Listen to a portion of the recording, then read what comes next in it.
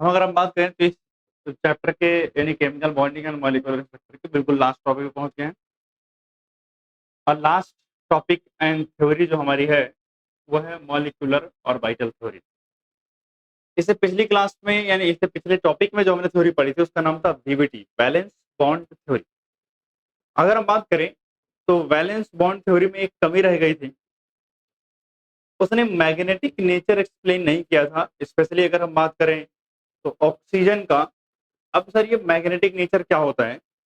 हमारे पास सब्सटेंस दो तरीके के होते हैं, एक होते हैं पैरामैग्नेटिक और दूसरे क्या होते हैं डायामैग्नेटिक। ऐसे सब्सटेंस जिनको अगर आप मैग्नेटिक फील्ड में प्लेस करते हो यानी रखते हो तो वो मैग्नेटिक फील्ड से रिपेल हो जाएं, मतलब मैग्नेटिक फील्ड से दूर चले जाएं, उसे हम बोलते हैं डायमैग्नेटिक। और ऐसे सब्सटेंस जो मैग्नेटिक फील्ड से अट्रैक्ट हो जाएं उसे हम क्या बोलते हैं पैरामैग्नेटिक। तो अगर हम बात करें तो O2 हमको ऐसा लगता था अकॉर्डिंग टू वीबीटी कैसा है, एक डायमैग्नेटिक सब्सटेंस है। कैसा सब्सटेंस है? एक डायमैग्नेटिक। मतलब थ्योरेटिकली हमको लगता था डायमैग्नेटिक है, लेकिन जब हम प्रैक्टिकली करके देखते हैं तो पता चलता था कैसा है ये पैरामैग्नेटिक। तो मतलब बीबीटी कहीं ना कहीं फेल हो गई to explain the magnetic nature of the oxygen. और बेसिकली उसी वजह से इस नई थ्योरी का एक जन्म होता है। मतलब एक नई थ्योरी हमारे सामने निकल के जैसे आपने पढ़ा होगा कि इससे पिछले वाली वीबीटी क्यों आई थी, जो कि CH4 में सारे बॉन्ड्स में हाइड्रोजन क्या नाम है सारे बॉन्ड की स्ट्रेंथ वगैरह में दिक्कत आई थी, तो हाइब्रिडाइजेशन का कॉन्सेप्ट आया था। तो वैसे ही सिमिलरली हम ऑक्सीजन का मैग्नेटिक नेचर प्रॉपरली एक्सप्लेन नहीं कर पाए। दैट्स वाई हमारे पास एक नई थ्योरी का ओरिजिन होता है। एंड नई थ्योरी जो है वो क्या है, मॉलिक्यूलर और वाइटल थ्योरी है। अगर हम बात करें तो इस थ्योरी को दिया गया था 1932 के अंदर बाय हुंड एंड मोलिकन। वैसे तो ये उतनी इंपॉर्टेंट बात नहीं है, बट ठीक है, आपको पता होना चाहिए। हुंड एंड मोलिकन नाम के बंदों ने इस थ्योरी को दिया था पहली बार। अगर हम इस थ्योरी की बात करें तो थ्योरी क्या कहती है कि जैसे एटम्स आपने पढ़ा होगा, एटम्स के अंदर न्यूक्लियस होता है, एटॉमिक न्यूक्लियस। उसके बाहर इलेक्ट्रॉन्स होते हैं, और इलेक्ट्रॉन्स कहाँ मिलते हैं ऑर्बिटल्स में मिलते हैं यानी डब्बों में। एंड ऑर्बिटल्स जो है उन्हें हम बोलते हैं एटॉमिक ऑर्बिटल, क्योंकि एटम्स के अंदर न्यूक्लियस और इलेक्ट्रॉन्स, इलेक्ट्रॉन जहां मिलते हैं उन जगहों को क्या बोला हमने, एटॉमिक ऑर्बिटल बोला। इन्होंने बोला जैसे एटम्स के पास एटॉमिक ऑर्बिटल होती हैं वैसे ही मॉलिक्यूल्स के पास मॉलिक्यूलर ऑर्बिटल होती हैं।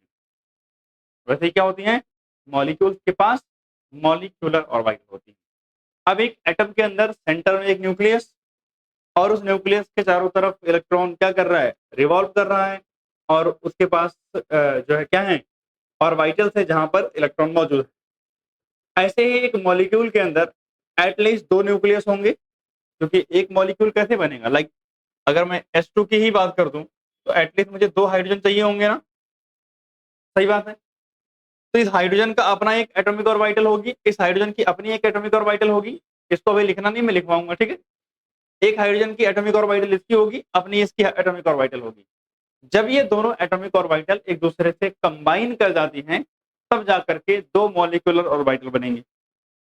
और जो मॉलिक्यूलर ऑर्बिटल होंगी उसमें दो न्यूक्लियस होगा। क्यों? एक न्यूक्लियस इसका और एक न्यूक्लियस इसका। इसका मतलब मैं ये कह सकता हूं कि जो एटॉमिक ऑर्बिटल होता है उसमें जो न्यूक्लियस होता है एक होता है, और इलेक्ट्रॉन एक न्यूक्लियस के इन्फ्लुएंस में होते हैं। लेकिन मॉलिक्यूलर ऑर्बिटल न्यूक्लियस कितने होंगे, दो होंगे। और इलेक्ट्रॉन्स कितने न्यूक्लियस के इन्फ्लुएंस में होंगे, दो न्यूक्लियस के। सही बात। तो ये सब क्या है, पोस्टुलेट्स हैं। तो एक एक करके हम मैं पोस्टुलेट लिखता भी हूँ और साथ साथ में समझाते हुए भी चलता हूँ, ठीक है। तो मॉलिक्यूलर ऑर्बिटल थ्योरी में हमारी जो है जो हम बात करने जा रहे हैं वो क्या है, पोस्टुलेट्स। क्या है, postulates of MOT। Postulates of MOT। सबसे पहला पोस्टुलेट क्या कहता है, molecules have molecular orbital as atoms have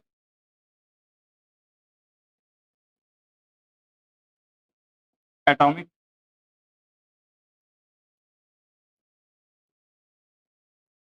orbital as atoms have atomic orbitals वैसे ही मॉलिक्यूल्स के पास कौन सी ऑर्बिटल होती हैं? मॉलिक्यूलर ऑर्बिटल होती है। अगला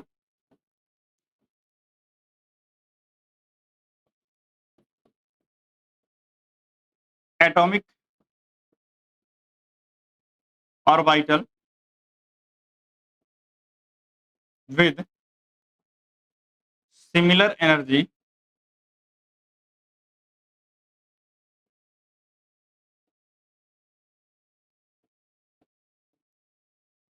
combine to form molecular orbital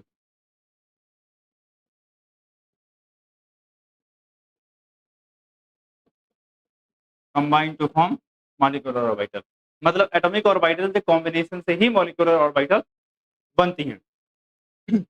तीसरा point in atomic orbital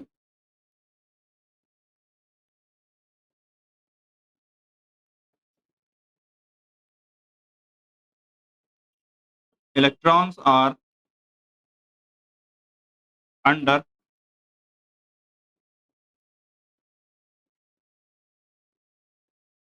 influence of one nucleus यानी एक न्यूक्लियस के इन्फ्लुएंस में होते हैं where as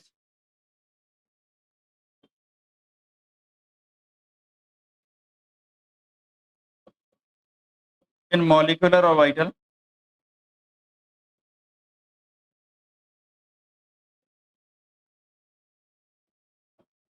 electrons are under influence of two और मोर न्यूक्लियाई यानी दो या दो से ज्यादा न्यूक्लियस के क्या होंगे? इन्फ्लुएंस में होंगे। या सिंपल शब्दों में अगर बात करूं तो एटॉमिक ऑर्बिटल जो होती हैं बच्चे वो होती हैं मोनोसेंट्रिक। कैसी होती हैं? मोनोसेंट्रिक।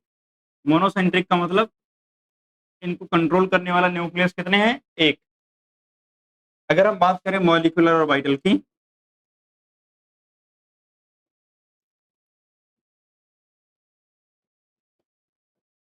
तो ये होते हैं बच्चे पॉलीसेंट्रिक। कैसे होते हैं? पॉलीसेंट्रिक मतलब इनको कंट्रोल करने के लिए न्यूक्लियस कितने होंगे? एक से ज्यादा होंगे। दो हो सकते हैं वैसे तो हमें जो पढ़ना है केस उसमें कितने हैं? दो ही हैं, बट होने को क्या हो सकते हैं? दो या दो से ज्यादा हो सकते हैं। ठीक, अगर यहाँ तक लिख लिया हो तो अगले पेज पे चल सकता हूँ।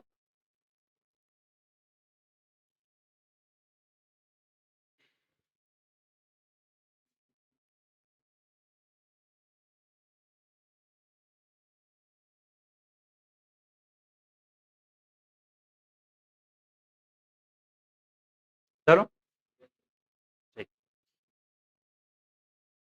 Postulate number 4 number of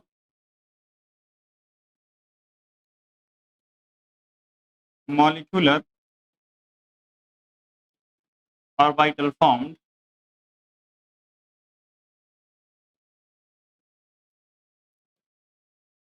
is equal to number of atomic orbital combined। कह रहा है मॉलिक्यूलर ऑर्बिटल उतनी ही बनती हैं जितनी एटॉमिक ऑर्बिटल क्या होती है? कंबाइन।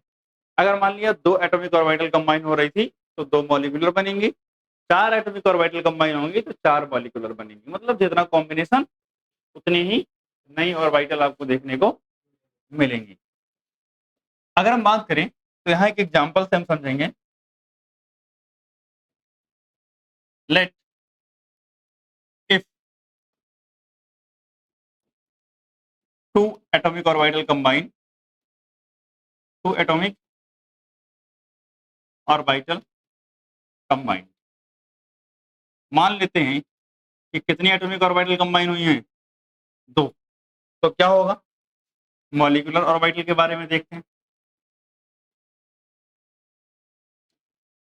तो मॉलिक्यूलर ऑर्बिटल जो होंगी वो कितनी बनेंगी भाई, आपको पता है 2 ही बनेंगी। और जो 2 बनेंगी वो कौन कौन सी होंगी उसको समझते हैं। एक को बोलेंगे बच्चे बॉन्डिंग मॉलिक्यूलर ऑर्बिटल। क्या बोलेंगे, बॉन्डिंग मॉलिक्यूलर ऑर्बिटल, इसको हम बोलते हैं BMO। क्या बोलते हैं, BMO। और दूसरी होगी anti bonding molecular orbital, anti bonding molecular orbital, इसको बोलते हैं ABMO। क्या बोलते हैं, ABMO बोलते हैं। यहां तक हो गया क्या। अब मेरी बात सुना ध्यान से, जो बॉन्डिंग मॉलिक्यूलर ऑर्बिटल हैं ये कैसे बनते हैं, फॉर्म्ड बाय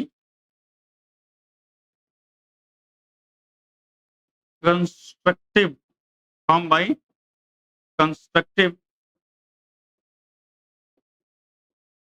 इंटरफेरेंस। कैसे बनती है, कंस्ट्रक्टिव इंटरफेरेंस। अभी कंस्ट्रक्टिव इंटरफेरेंस क्या होता है, जस्ट थोड़ी देर का सब्र रखो, अभी समझा रहा हूँ कि क्या होता है कंस्ट्रक्टिव इंटरफेरेंस। और एक वर्ड और आएगा डिस्ट्रक्टिव इंटरफेरेंस। तो ये वाले जो हैं ये कैसे बनते हैं, found by destructive interference, found by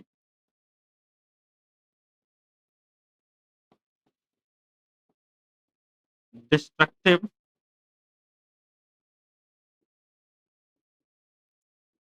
interference.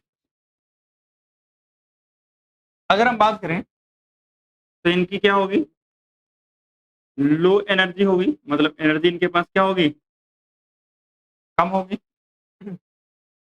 इनके पास हाई एनर्जी होगी,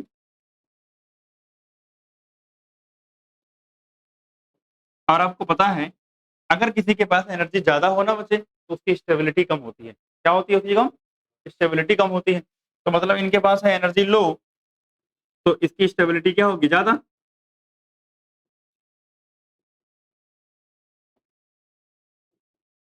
जबकि जब इसके पास एनर्जी ज्यादा है तो स्टेबिलिटी क्या होगी, कम होगी।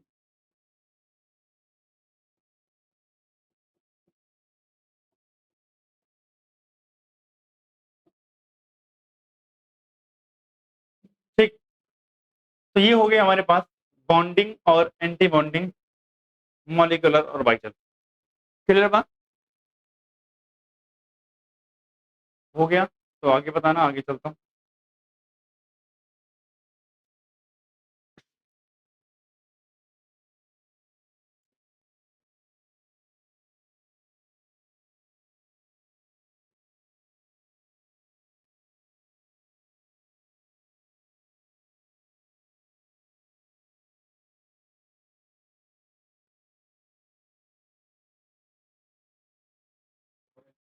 हो गया, ठीक। Fifth, postulates, just like electron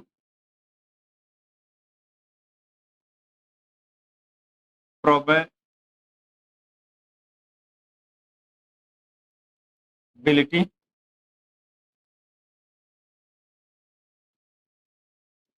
distribution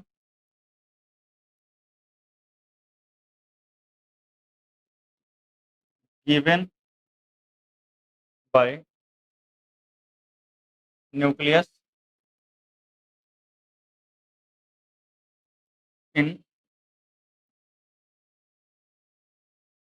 atomic orbital.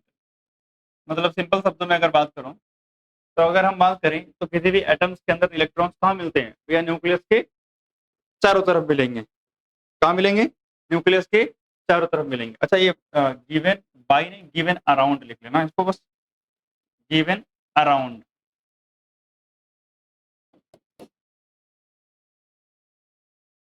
मतलब जैसे एटम्स के अंदर इलेक्ट्रॉन्स कहाँ मिलते हैं? न्यूक्लियस के चारों तरफ मिलते हैं, एक न्यूक्लियस के चारों तरफ।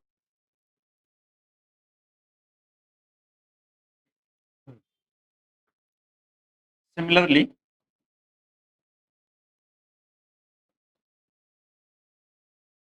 Electron probability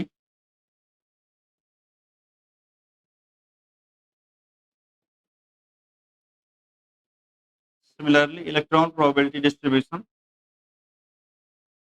in molecular orbital given around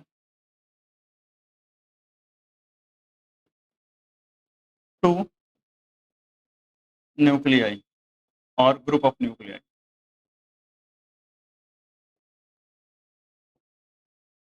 मतलब ऐसे ही अगर हम मॉलिक्यूलर ऑर्बिटल की बात करें, तो वो किसके अराउंड में मिलेंगे?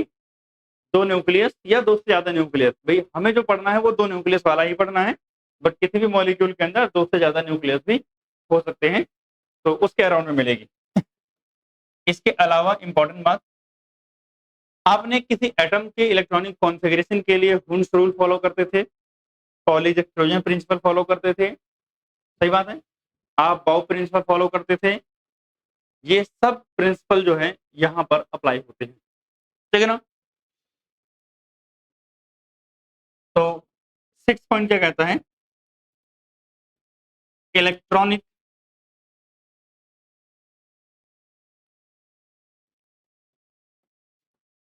Electronic configuration of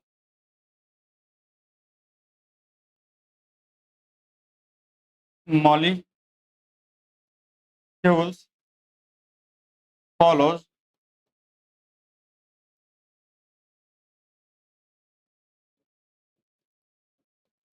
about Hund's and Pauli's exclusion principle। Exclusion principle मतलब जो रूल्स आप एटम की इलेक्ट्रॉनिक कॉन्फ़िगरेशन में लगाते थे, वो सारे रूल्स कहाँ लगेंगे? मॉलिक्यूलर के इलेक्ट्रॉनिक कॉन्फ़िगरेशन के अंदर आपको देखने को मिलेंगे। क्लियर बात?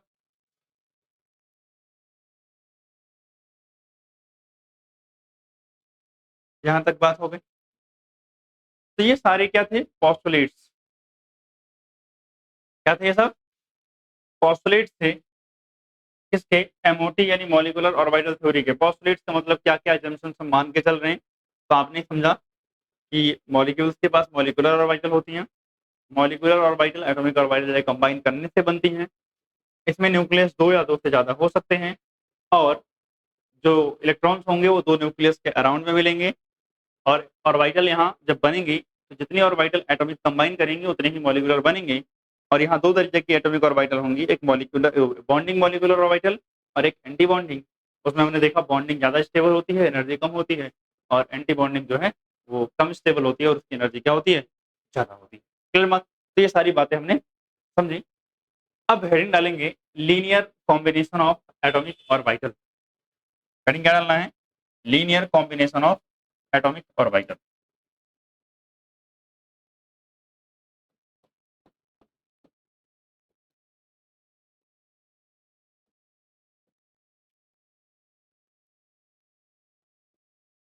Linear combination of atomic orbital, इसको शॉर्ट में हम LCAO बोलते हैं। क्या बोलते हैं? LCAO। वही है linear combination of atomic orbital. करता क्या है ये? Explain formation of molecular orbital. क्या करता है ये? Formation of molecular orbital. ये किसी मॉलिक्यूलर ऑर्बिटल की फॉर्मेशन को क्या करेगा? एक्सप्लेन करेगा। मतलब एटॉमिक ऑर्बिटल से मॉलिक्यूलर ऑर्बिटल कैसे बनती हैं, इसको एक्सप्लेन करेगा कौन? इसको एक्सप्लेन कौन करेगा? Linear combination of atomic orbital. अब सुनना मेरी बात ध्यान से। यहाँ हम यहाँ दो एटम ले रहे हैं, एक एटम ए है और एक एटम क्या है? बी। तो लेट हमारे पास दो एटम है, एक एटम ए को हम ए से लिखेंगे और बी जो है वो क्या है? Atom B. ठीक है ना? अगर हम बात करें तो एक सिंबल है ऐसे साई। ये वाला सिंबल आप लोगों ने कहाँ देखा होगा? स्ट्रक्चर ऑफ एटम चैप्टर के अंदर देखा होगा। एक इक्वेशन थी स्क्रोडिंजर वेव इक्वेशन, और उसको सॉल्व करने के बाद हमें एक मॉडल मिला था और उस मॉडल का नाम था क्या? Quantum mechanical model. और उसके अंदर कई सारे क्वांटम नंबर्स मिले थे। क्या मिले थे उसके अंदर? क्वांटम नंबर्स मिले थे। तो वही ये सिंबल है। अगर मैं बात करूं साई, तो साई का मतलब क्या होता है? Wave function. साई का मतलब क्या है? Wave function. साई क्या है? वेव फंक्शन है। सुना ध्यान से। अगर मैं कहीं लिख दूं साई स्क्वायर, तो ये होता है क्या?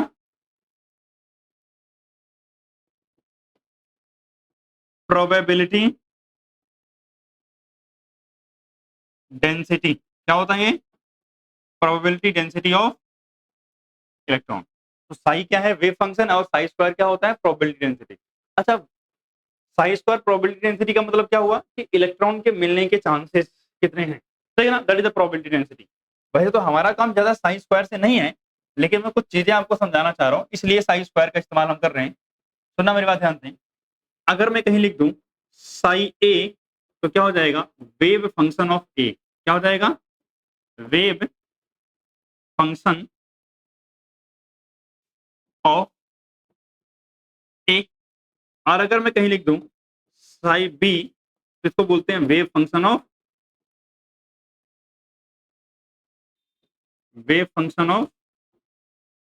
बी। ठीक है। ऑब्वियसली साई स्क्वायर ए लिखूंगा तो क्या हो जाएगा? Probability density of electron in a, मतलब एटम ए के अंदर। और अगर साई स्क्वायर बी लिखूंगा तो probability density of electron in atom B. सही बात है। बी एटम के अंदर इलेक्ट्रॉन के मिलने के चांस और ए एटम के अंदर इलेक्ट्रॉन के मिलने की चांस, यही हो जाएगा। अब सुनना, जब भी मॉलिक्यूलर ऑर्बिटल मुझे बनानी होती है, किसके लिए? For formation of molecular orbital. For formation of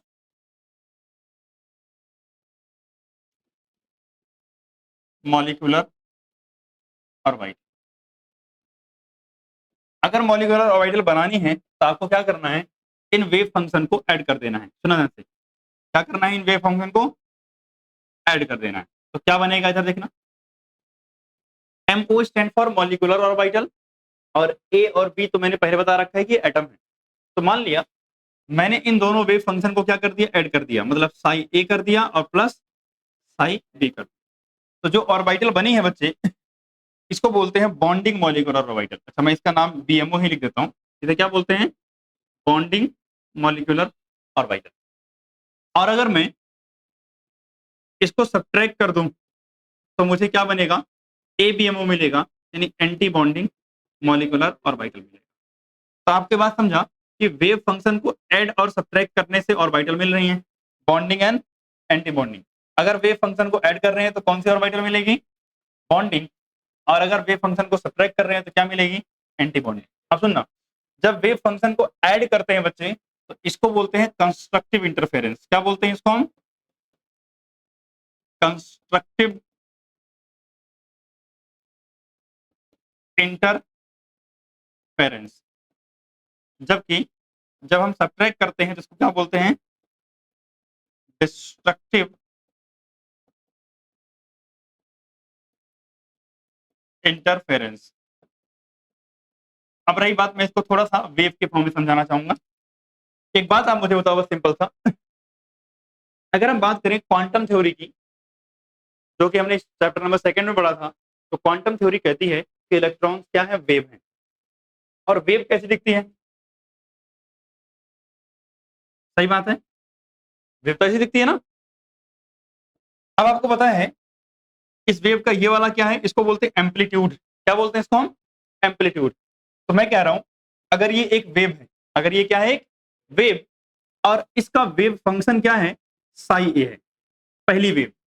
ठीक, ऐसे ही मेरे पास एक और वेव होगी जिसका वेव फंक्शन क्या होगा, साई बी होगा। तो मैंने ये लिया, इसको कॉपी पेस्ट किया, ये देखो। मैं कह रहा हूं एक दूसरी वेव है मेरे पास, इसका वेव फंक्शन क्या है, साई बी। और मैं क्या कर रहा हूं बच्चे, इन दोनों को ऐड कर रहा हूं। तो जब मैं ऐड कर रहा हूं तो एडिशन का मतलब कंस्ट्रक्टिव इंटरफेरेंस। तो सर एडिशन में एक्चुअली में ऐसा होता क्या है, एडिशन में होता क्या है, इस बात को समझना। तो जब मैं इन दोनों को बच्चे ऐड करूंगा तो होगा कौन सा इंटरफेरेंस, कंस्ट्रक्टिव इंटरफेरेंस। सी आई लिख सकता हूं, तो कंस्ट्रक्टिव इंटरफेरेंस होगा। और कंस्ट्रक्टिव इंटरफेरेंस का रिजल्ट पता है क्या होता है, ये देखना चाहते हैं। कंस्ट्रक्टिव इंटरफेरेंस का रिजल्ट ये होता है कि जो आपको ये हाइट दिख रही थी ना, एम्पलीट्यूड, ये बढ़ जाता है। ये एम्पलीट्यूड क्या हो जाएगा, बढ़ जाएगा। तो अगर आप चेंज देख रहे हो तो इनका एम्पलीट्यूड कम था, इनका एम्पलीट्यूड क्या है, ज्यादा है। और एक तरीके से समझो कि एम्पलीट्यूड क्या है, इलेक्ट्रॉन के मिलने के चांसेस हैं। एक एटम के अंदर कुछ और थे, एक दूसरे एटम के अंदर कुछ और थे, मैंने दोनों को क्या किया, ऐड किया, और चांसेस थोड़े से क्या हो गए, बढ़ गए। अगर मैं इसको समझाऊं तो एक बात समझना, साई ए क्या है, वेव फंक्शन है, साई बी क्या है, वेव फंक्शन है। लेकिन अगर मैं साई स्क्वायर ए लिख दूं तो ये क्या होगा, probability density of electron in atom A. और साई स्क्वायर बी अगर लिख दूंगा तो probability density of electron in atom B होगा। अब यहां पे मैंने दोनों ऐड किया है, तो मतलब साई ए प्लस साई बी, ये होगा वेव फंक्शन। और मुझे पता है मैं वेव फंक्शन का अगर स्क्वायर करता हूं तो क्या मिलता है, प्रोबेबिलिटी ऑफ इलेक्ट्रॉन मिलती है। तो मैं काम कर रहा हूं, मैं दोनों का स्क्वायर कर दे रहा हूं। भाई यहाँ वेव फंक्शन ये था तो मैंने इसका स्क्वायर किया तो प्रोबेबिलिटी मिली, यहाँ वेव फंक्शन बी था, स्क्वायर किया तो प्रोबेबिलिटी मिली। अब इन दोनों को जोड़ा है तो क्या होगा, साई ए प्लस साई बी। तो इन दोनों का स्क्वायर करने से मिलना चाहिए। तो आपको पता है फॉर्मूला क्या आएगा, psi square A plus psi square B plus 2 psi A और साई बी। तो अगर आप देख रहे हो psi square A psi square B मेरे पास ऑलरेडी था, लेकिन कुछ एक्स्ट्रा आ रहा है, 2ab, this is the extra probability of electron. मतलब जो वेव वो बढ़ा है ना, एम्पलीट्यूड हाइट बढ़ गई है, वो कौन है एक्स्ट्रा, ये वाला एक्स्ट्रा है। हमारी बात ना, इसलिए कंस्ट्रक्टिव इंटरफेरेंस से कौन सी बन रही है, मॉलिक्यूलर ऑर्बिटल बन रही है, जहां इलेक्ट्रॉन के मिलने के चांसेस क्या होंगे, मॉलिक्यूल्स के अंदर ज्यादा होंगे। अब सुनना ध्यान से, हाँ मैं नीचे वाला ये इरेज कर रहा हूं, अगर आप नोट करना चाहो तो कर सकते हो, कोई दिक्कत नहीं है। अगले पेज अगर चल लूं फिर नोट कर लेना। अगर मैं डिस्ट्रक्टिव इंटरफेरेंस की बात करूं तो वहां क्या होगा, एक बार इसको कॉपी कर लेता हूं मैं। डिस्ट्रक्टिव इंटरफेरेंस में क्या होगा, अगर मैं डिस्ट्रक्टिव इंटरफेरेंस में जाता हूं, देखना ध्यान से, मेरे पास ये साई ए और साई बी था, बस मुझे क्या करना है, इसको सब्ट्रैक्ट करना है। जब मैं सब्ट्रैक्ट करूंगा तो ये जो एम्पलीट्यूड, अच्छा एक और चीज, एक लोग प्लस होता है एक माइनस होता है, एक प्लस होता है और एक माइनस होता है। अगर आप यहाँ भी बनाना चाहो तो एक प्लस ऊपर वाला, नीचे वाला माइनस, एक प्लस और एक माइनस, यहाँ भी आएगा, एक प्लस आएगा और एक क्या आएगा, माइनस आएगा। अब मेरी बात सुनना, मैं डिस्ट्रक्टिव इंटरफेरेंस कर रहा हूँ, तो डिस्ट्रक्टिव इंटरफेरेंस में क्या होगा भाई, दोनों सब्ट्रैक्ट होंगे, और सब्ट्रैक्ट होने के बाद जो वेव बनेगी आपको पता है, उसका एम्पलीट्यूड कम हो जाएगा, उसका एम्पलीट्यूड क्या हो जाएगा। तो अगर आप देख रहे हो तो पहले से भी क्या है, कम है एम्पलीट्यूड, तो एक ये प्लस होगा और एक माइनस। ऑब्वियसली इलेक्ट्रॉन के मिलने के चांस कम हो जाएंगे। अगर आप एक बार सब्ट्रैक्ट करके देखोगे तो यहाँ बताओ, यहाँ आता साइन स्क्वायर ए, यहाँ आता साइन स्क्वायर बी, और यहाँ आता sine A plus sine B का whole, sorry minus sine B का whole square, minus sine B का होल स्क्वायर। और अगर आपको याद है तो ये आएगा sine square A plus sine square B और minus 2 sine A and sine B. आप देखो यहाँ कुछ घट रहा है, एम्पलीट्यूड कम हो गया। समझ आ रही बात ना? तो मतलब कंस्ट्रक्टिव इंटरफेरेंस वेव फंक्शंस को ऐड करना है और डिस्ट्रक्टिव इंटरफेरेंस दो वेव को क्या करना है, सब्ट्रैक्ट करना है। वैसे तो ये फिजिक्स वाले सर आपको वेव चैप्टर के अंदर बहुत बढ़िया से पढ़ाएंगे, तो वहां आप डिटेल में समझोगे, बट हाँ यहाँ हमें थोड़ा बहुत जानकारी होनी चाहिए कि मतलब वेव को ऐड करना, दो वेव को जोड़ लेना, that is the constructive interference, और दो वेव को सब्ट्रैक्ट कर देना, that is the destructive interference.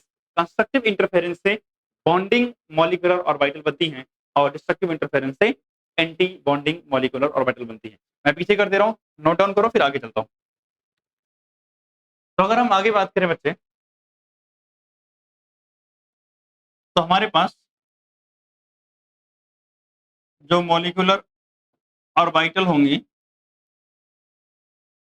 जो कंस्ट्रक्टिव एंड डिस्ट्रक्टिव इंटरफेरेंस के बाद बनेंगी, उनको हम तीन अलग अलग नाम से जानते हैं। क्या क्या है? एक है सिग्मा, क्या है? सिग्मा, एक है पाई और एक है डेल्टा।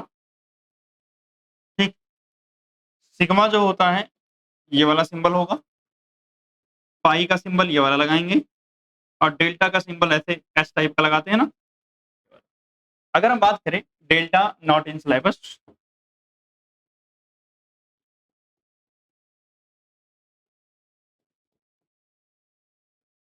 भी हमारे सिलेबस में नहीं है, तो बढ़िया बात है। सिग्मा और पाई पढ़ना है हमें। तो अगर हम बात करें सिग्मा कब बनेगा, found when atomic orbital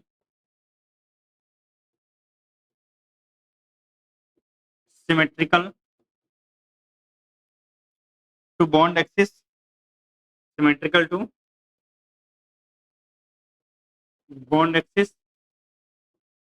combined. और ये वाला जो है पाई वाला, ये कब बनता है, जब एटॉमिक ऑर्बिटल कैसी हो, नॉन सिमेट्रिकल हो बॉन्ड एक्सिस से, तब बनेगा। When atomic orbital are asymmetrical.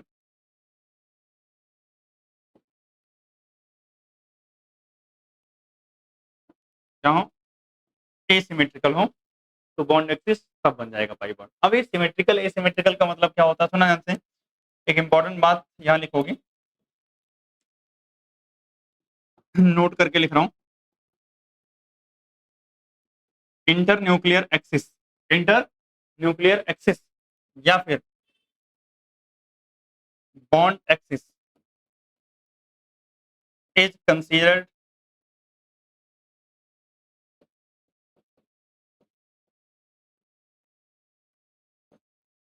कौन सा, जेड एक्सिस। मतलब हम ये मान के चल रहे हैं कि जेड एक्सिस क्या है, इंटर न्यूक्लियर एक्सिस है, ये बदलेंगे नहीं, या फिर ये क्या है, बॉन्ड एक्सिस है।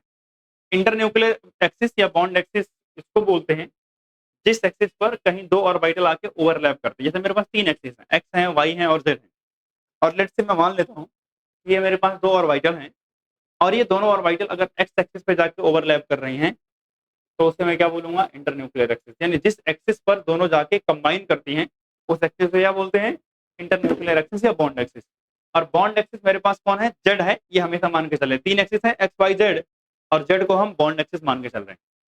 अब सुनना, जो भी ऑर्बिटल इस बॉन्ड एक्सिस के ऊपर होंगी वो सब सिग्मा बनाएंगी। वैसे तो आपको क्लियरली बता दूं कि जो एस ऑर्बिटल है, कौन सी ऑर्बिटल, एस ऑर्बिटल, वो तो हमेशा सिग्मा बनाती है, एस हमेशा सिग्मा बनाती है। एस गोला होता है स्फीयर, तो हर एक्सिस पे मौजूद है, तो एस कैसा बनेगा हमेशा, सिग्मा। मतलब एग्जाम्पल अगर मैं बात करूं तो सिग्मा कौन कौन बनाएंगे, पहला तो है एस ऑर्बिटल एंड कौन, पी जेड, क्योंकि हमने इंटरन्यूक्लियर एक्सिस को लिया जेड, तो पी जेड कहां होंगी, जेड के एक्सिस पर होंगी, तो ये भी क्या करेंगे, always form sigma, always form sigma. जबकि यहां पर अगर मैं एग्जांपल की बात करूंगा तो क्या होगा, p x and p y form pi, क्या बनाएंगे, पाई बनाएंगे, पी एक्स और पी वाई क्या बनाएंगे, पाई बनाएंगे, ठीक। हाँ क्या हुआ, अरे वही सिग्मा एंड पाई वही वाला है। Atomic orbital is asymmetrical, not symmetrical लिखने की जरूरत क्या, मैंने एसिमेट्रिकल कर दिया, ठीक। जैसे बॉन्ड एक्सिस कौन है, एक्स है, और ये ऑर्बिटल कहाँ है, मतलब जेड है बॉन्ड एक्सिस, और ये ऑर्बिटल कहाँ है, पी एक्स पे है और पी वाई पे है। तो मतलब मेरा अगर मान लिया जेड एक्सिस ये है, तो एक ऑर्बिटल ऐसे एक्स पे है और एक ऑर्बिटल इधर वाई पे है, तो क्या जेड पर मौजूद है ये, नहीं ना। तो अगर जेड पर मौजूद ना हो इसे क्या बोलते हैं, asymmetrical to bond axis, clear. या आप इतना ही बस याद रखोगे अगर कि सिग्मा और पाई बॉन्ड बनता है तो आपका काम यहाँ से चल जाएगा, बहुत ज्यादा वहां जाने की जरूरत नहीं है। आप सुनना मेरी बात ध्यान से, अगले पेज पे चलो, लिख लिया ना सबने, देख लो उसको हटा।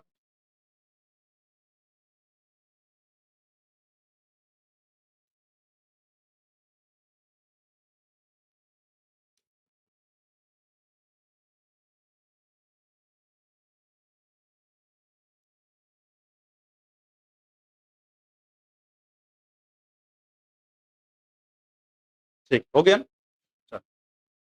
अब जो कहने का मतलब था वो क्या है, इधर देखो ध्यान से।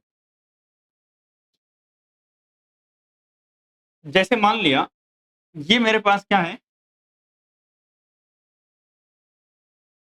एटॉमिक ऑर्बिटल, ये क्या है, एटॉमिक ऑर्बिटल, चलो यहां से बना लेते हैं, बढ़िया परफेक्ट। ये मेरे पास एटॉमिक ऑर्बिटल है दो,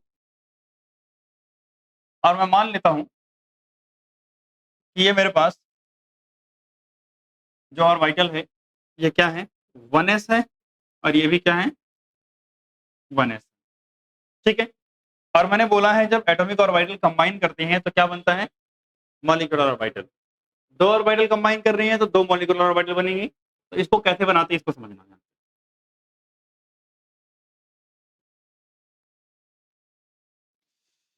अगर हम बात करें तो मेरे पास मॉलिक्यूलर ऑर्बिटल भी कितनी बनेंगी, जैसे मैंने एक ऊपर दिखा दिया है और दूसरा कहां दिखा दिया है, नीचे दिखा रहा हूं।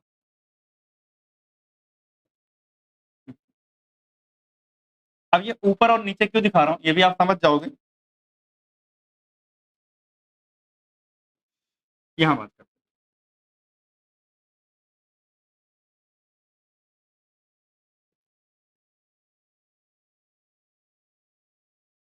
ठीक। इंपॉर्टेंट बात जो ध्यान रखनी है वो क्या है, कि जब मैं नीचे से ऊपर की तरफ जाता हूं तो एनर्जी बढ़ती है, तो क्या होती है, एनर्जी बढ़ती है। बताओ 1s और 1s कंबाइन कर रहे थे, तो मैंने बताया s जब कंबाइन करते हैं तो कौन सा बॉन्ड बनता है, सिग्मा। कौन सा बॉन्ड बनता है, सिग्मा। अब सुनना, तो बॉन्ड तो सिग्मा बनेगा, लेकिन सोचो दो ऑर्बिटल बनी है मॉलिक्यूलर, एक मॉलिक्यूलर ऑर्बिटल की एनर्जी कम है और एक मॉलिक्यूलर ऑर्बिटल की एनर्जी ज्यादा है, तो जो नीचे है उसकी एनर्जी कम होगी, क्योंकि मैं बोल रहा हूँ ऊपर जाने पे एनर्जी बढ़ रही है, तो नीचे वाली की एनर्जी कम, तो इसका क्या नाम होगा, बॉन्डिंग वाला। तो बॉन्डिंग वाले को लिखेंगे सिग्मा। कौन कौन से थे, एस थे ना, तो सिग्मा 1s। और एंटी बॉन्डिंग वाले को कैसे लिखते हैं, सिग्मा के ऊपर स्टार लगा देते हैं और क्या लिखेंगे, 1s। मतलब अगर मैं सिर्फ सिग्मा लिख दूं तो मतलब ये क्या है, बीएमओ है, क्या है, बीएमओ। लेकिन अगर सिग्मा स्टार लगा के लिख दूं तो वो क्या है, एबीएमओ है, यानी एंटी बॉन्डिंग मॉलिक्यूलर ऑर्बिटल। मतलब स्टार लगा हो तो एंटी बॉन्डिंग, और बिना स्टार के हो तो कौन सा है, बॉन्डिंग है। तो आप देखिए इधर जो बनाया है मैंने एक किनारे पे, ये है एटॉमिक ऑर्बिटल, ये क्या है, एटॉमिक ऑर्बिटल। तो आपने देखा कि जब s और s कंबाइन हो रहे हैं तो कौन सा बन रहा है, सिग्मा मॉलिक्यूलर ऑर्बिटल बन रही है। और सिग्मा कौन सी, एक सिग्मा बॉन्डिंग और एक सिग्मा एंटी बॉन्डिंग। ऐसे ही समझना, एक और मैं कॉम्बिनेशन आपको दिखाना चाह रहा हूँ। इधर साइड में कॉपी किया मैंने और ऐसे मैंने पेस्ट कर दिया, इस साइड ले आया। ठीक,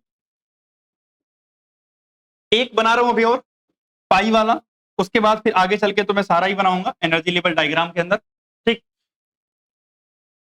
या बना ही दो, सारा ही बना देता हूँ, कोई दिक्कत नहीं। ये 1s समझे, जैसे ही आपने 1s का बनाया है बच्चे, वैसे ही सिमिलर 2s का बनेगा। किसका बनेगा, 2s का। 2s का भी मैं इसी में दिखा रहा हूं, थोड़ा डायग्राम कम हो जाएगा एक। जैसे ये 1s का बनाया है ना, क्या ऐसे मैं स्लैश करके 2s लिख सकता हूं, सही बात है। ऐसे स्लैश करके क्या रख दूं, 2s। तो जब 2s कंबाइन करेंगे तो क्या बनेगा, सिग्मा 2s। और यहां क्या बनेगा, सिग्मा स्टार, क्या बनेगा, सिग्मा स्टार 2s बनेगा। इतनी बात क्लियर हुई। अगर सुना ध्यान से यहाँ पे आगे, अगर मान लिया ये क्या हुआ, 2pz हुआ। अच्छा आप बताओ, p के पास कितने डब्बे होते हैं, 3। एक होता है px, एक होता है py और एक होता है pz। तो अगर मान लिया 2pz हुआ और ये क्या हुआ, 2pz, z कंबाइन करता है pz, तो मैंने बताया था कौन सा बॉन्ड बनता है, सिग्मा। तो यहाँ क्या बनेगा, सिग्मा ही बनेगा, लेकिन क्या नाम रखेंगे इसका, सिग्मा 2pz।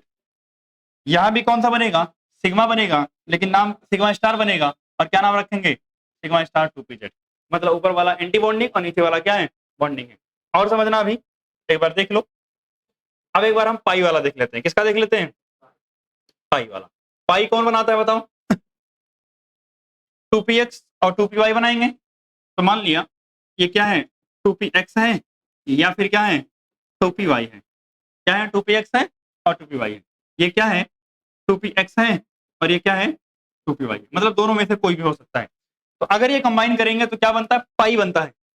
क्या बनता है, पाई। तो नीचे वाला क्या, बॉन्डिंग। तो बॉन्डिंग के लिए सिर्फ पाई लगा देंगे। लेकिन अगर एंटी बॉन्डिंग होता तो क्या लगाते, पाई स्टार लगाते। हमेशा ऊपर वाला एंटी बॉन्डिंग और नीचे वाला बॉन्डिंग, ऊपर वाला एंटी बॉन्डिंग और नीचे वाला बॉन्डिंग।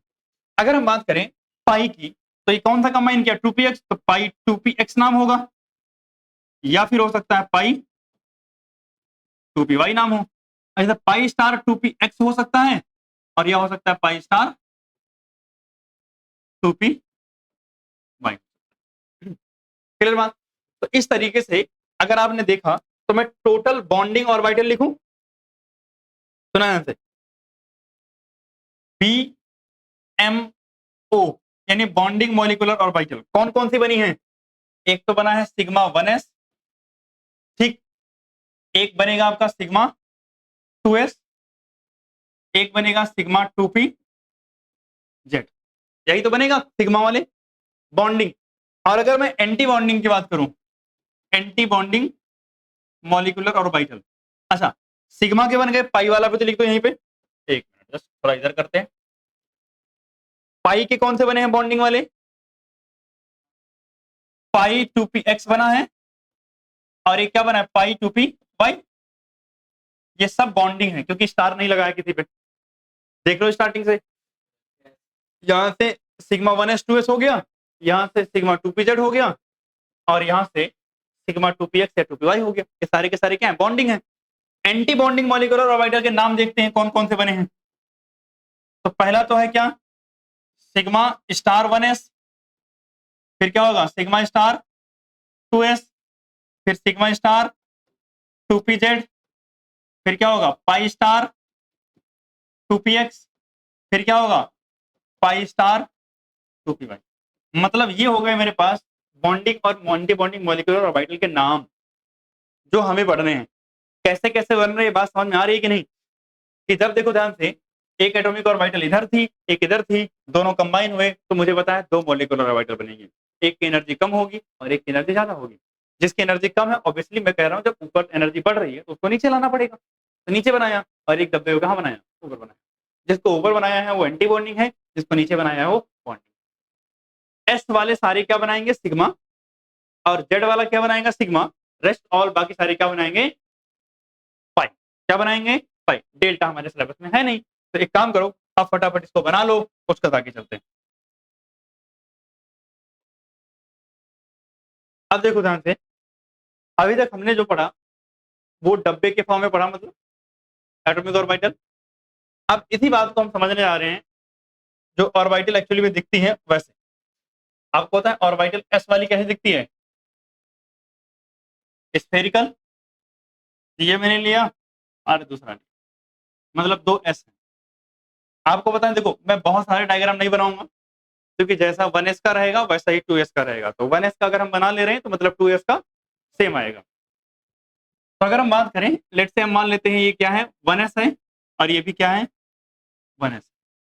अगर मैं इन दोनों को क्या कर दूंगा, ऐड, तो आपको पता है ऐड करने पर क्या बनता है, बॉन्डिंग मॉलिक्यूलर ऑर्बिटल बनती है। तो भैया यहां पर एक्चुअली में होगा कंस्ट्रक्टिव इंटरफेरेंस, CI, सही बात है ना। अच्छा एक और चीज, अगर मान लो मैं इसका न्यूक्लियस यहाँ था, इसका न्यूक्लियस यहाँ था, सही बात है, तो ये भी आप दिखा सकते हो, अदरवाइज छोड़ भी सकते हो, ऐसा कोई बहुत मतलब जरूरी नहीं है। अब क्या होगा, जब होगा कंस्ट्रक्टिव इंटरफेरेंस, तो पता है क्या होगा बच्चे, कुछ इस तरीके से आपको मॉलिक्यूलर ऑर्बिटल मिलेंगे। क्या मिलेंगे, कुछ इस तरीके से मॉलिक्यूलर ऑर्बिटल, और इसका नाम क्या होगा, सिग्मा 1s, क्योंकि बॉन्डिंग है, क्या है, बॉन्डिंग मॉलिक्यूलर ऑर्बिटल। दोनों कंबाइन हो गई, दोनों कंबाइन करके कुछ इस तरीके से आपको मॉलिक्यूलर ऑर्बिटल दिखाई देंगे, ठीक है ना। तो ध्यान रखना है कि डायग्राम कैसा दिखता है, थोड़ा सा कुछ इस तरीके से क्या दिखेंगे आपको, मॉलिक्यूलर ऑर्बिटल। लेकिन मान लेते हैं कि अगर यही क्या हो जाते, अगर यही क्या हो जाते, डिस्ट्रक्टिव इंटरफेरेंस, मतलब सब्ट्रैक्ट हो जाते, तो क्या होता ना, तो मान लिया बीच में प्लस साइन लगाने के जाए क्या लगाते, माइनस। तो मतलब अब कौन सा इंटरफेरेंस हो रहा है, डिस्ट्रक्टिव इंटरफेरेंस। तो अगर डिस्ट्रक्टिव इंटरफेरेंस होता तो क्या होता, इस बात को समझते हैं। अगर डिस्ट्रक्टिव इंटरफेरेंस होता तो ये तो ऑर्बिटल दोनों कंबाइन हो रहे थे, कंबाइन नहीं होते, सब्ट्रैक्ट हो जाते, तो ऐसा कुछ बनता। देखो ध्यान से, आ, इसको कोई डायग्राम ऐसा है जिससे बना सकते हैं, नहीं बताता हूँ कैसे बनेगा, अलग थोड़ा सा होता है, चलो मैं ही बना देता हूँ कुछ। हाँ।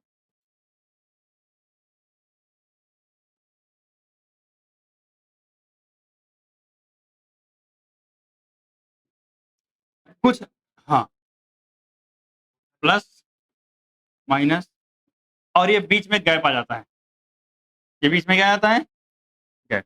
अब ये गैप क्या है,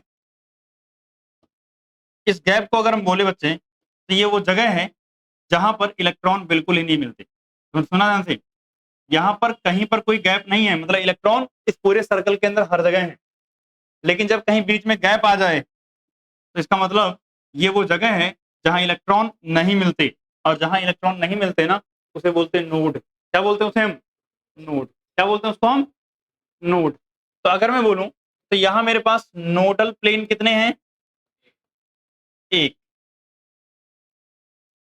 अच्छा बताओ यहाँ कितने हैं, एक भी नहीं है, ये भी पूछते हैं। यहाँ नोडल प्लेन कितना है, जीरो। नोड वो जगह होती है, हाँ। एक और बात अगर मैं समझाऊं, तो कंस्ट्रक्टिव और डिस्ट्रक्टिव इंटरफेरेंस में छोटी सी बात होती है, क्या हो, इधर देखो, मान लिया ये न्यूक्लियस है और ये न्यूक्लियस है एक एटम का, ये एक एटम का न्यूक्लियस है, दूसरे एटम का न्यूक्लियस।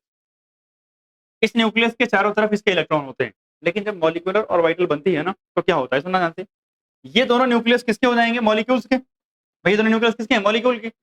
और सारे इलेक्ट्रॉन कहाँ मिलेंगे, इस बीच वाली एरिया में मिलेंगे, अगर कंस्ट्रक्टिव इंटरफेरेंस हुआ है तो। अगर इंटरफेरेंस कैसा हुआ, डिस्ट्रक्टिव, तो इलेक्ट्रॉन जनरली कहाँ मिलेंगे, न्यूक्लियस के दूसरी तरफ मिलेंगे, बीच में नहीं मिलेंगे, साइड साइड में मिलेंगे, न्यूक्लियस के साइड साइड में मिलेंगे। अच्छा, जब बीच में मिलेंगे तो क्या फायदा होता है, एक्चुअली ये न्यूक्लियस पॉजिटिव चार्ज, ये न्यूक्लियस पॉजिटिव चार्ज, तो दो न्यूक्लियस के बीच क्या होगा, रिपल्सन। अरे भैया दो पॉजिटिव चार्ज एक साथ, तो क्या होगा, रिपल्सन। लेकिन इनके बीच आ गया कौन, इलेक्ट्रॉन।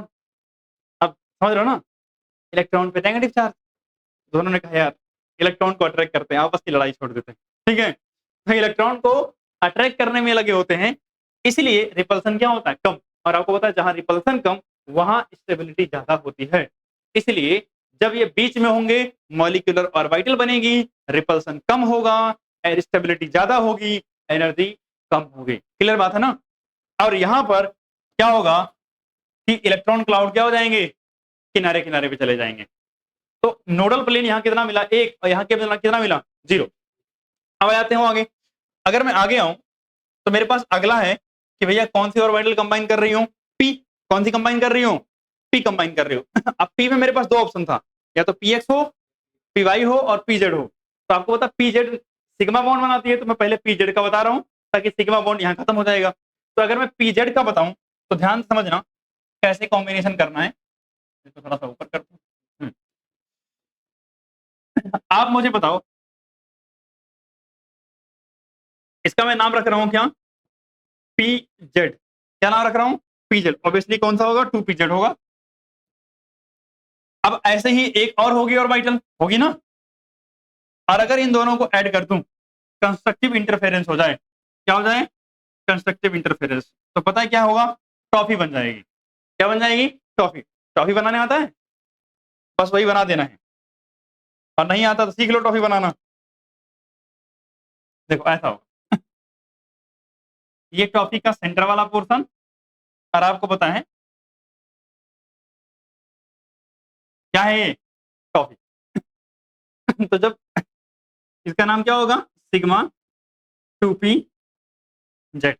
ये होगा माइनस, मतलब इस वाले लोब में क्या होगा, ये माइनस होगा, ये भी माइनस होगा, और ये सेंटर वाला प्लस होगा। और यहां अगर बात करूं तो ये प्लस, ये प्लस, ये माइनस, अरे माइनस, अगर लोब दिखाना चाह रहे हो तो, ठीक। और आपको पता है इसके न्यूक्लियस कहाँ होंगे भैया, एटॉमिक ऑर्बिटल के अंदर एक न्यूक्लियस रहा होगा, इसका एक न्यूक्लियस यहाँ होगा, और इसका एक न्यूक्लियस यहाँ होगा। और अगर मैं नोडल प्लेन दिखाऊं तो नोडल प्लेन कहाँ मिल रहे हैं, देखो ध्यान से, यहाँ बीच में एक, यहाँ एक, क्योंकि यहाँ इलेक्ट्रॉन के मिलने के चांसेस नहीं है, बिल्कुल ज्वाइंट है, कोई प्रोबेबिलिटी वहां नहीं है। तो मतलब नोडल प्लेन मेरे पास कितने मिलेंगे, 2। नोडल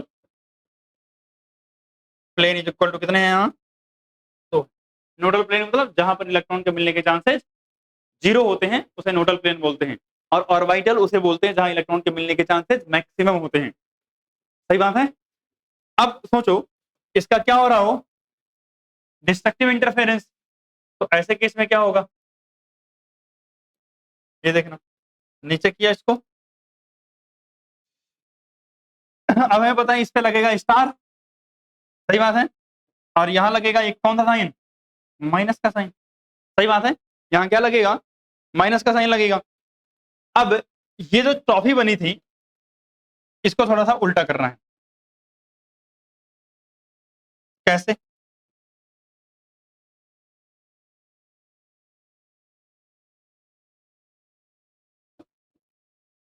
ये देखिए,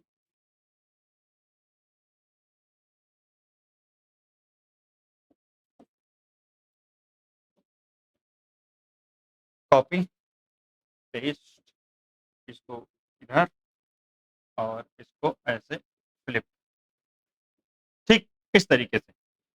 तो अगर आप देख रहे हो तो न्यूक्लियस कहाँ है, ये है न्यूक्लियस, ये वाला और ये। तो अगर आप देख रहे हो कि इलेक्ट्रॉन क्लाउड न्यूक्लियस के बीच में नहीं है, न्यूक्लियस से कहां चला गया है, साइड साइड में चला गया है। इलेक्ट्रॉन क्लाउड कहां चला गया है, न्यूक्लियस के साइड साइड में चला गया है, न्यूक्लियस के साइड साइड में चला गया है।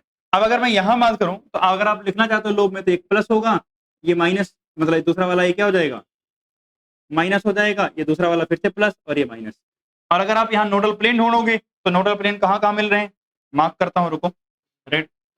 एक तो ये हो गया सेंटर में, एक ये हो गया, और एक ये हो गया।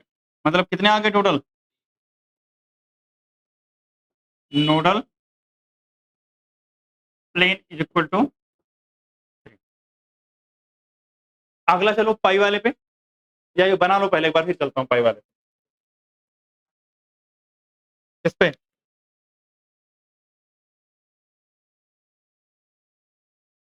नहीं, डिस्ट्रक्टिव इंटरफेरेंस। तो यहां तक आप लोगों ने लिख लिया। अब आगे चलते हैं। अगर मान लिया मेरे पास पी जेड ना होकर के पी एक्स या पी वाई होता तो दोनों का सेम ही बनेगा। मैं एक बना रहा हूं, पी एक्स का, पी वाई का भी एग्जैक्टली क्या बनेगा, सेम बनेगा। तो अगर मान लूं कि हमारे पास ऐसे करके दिखेगा P x,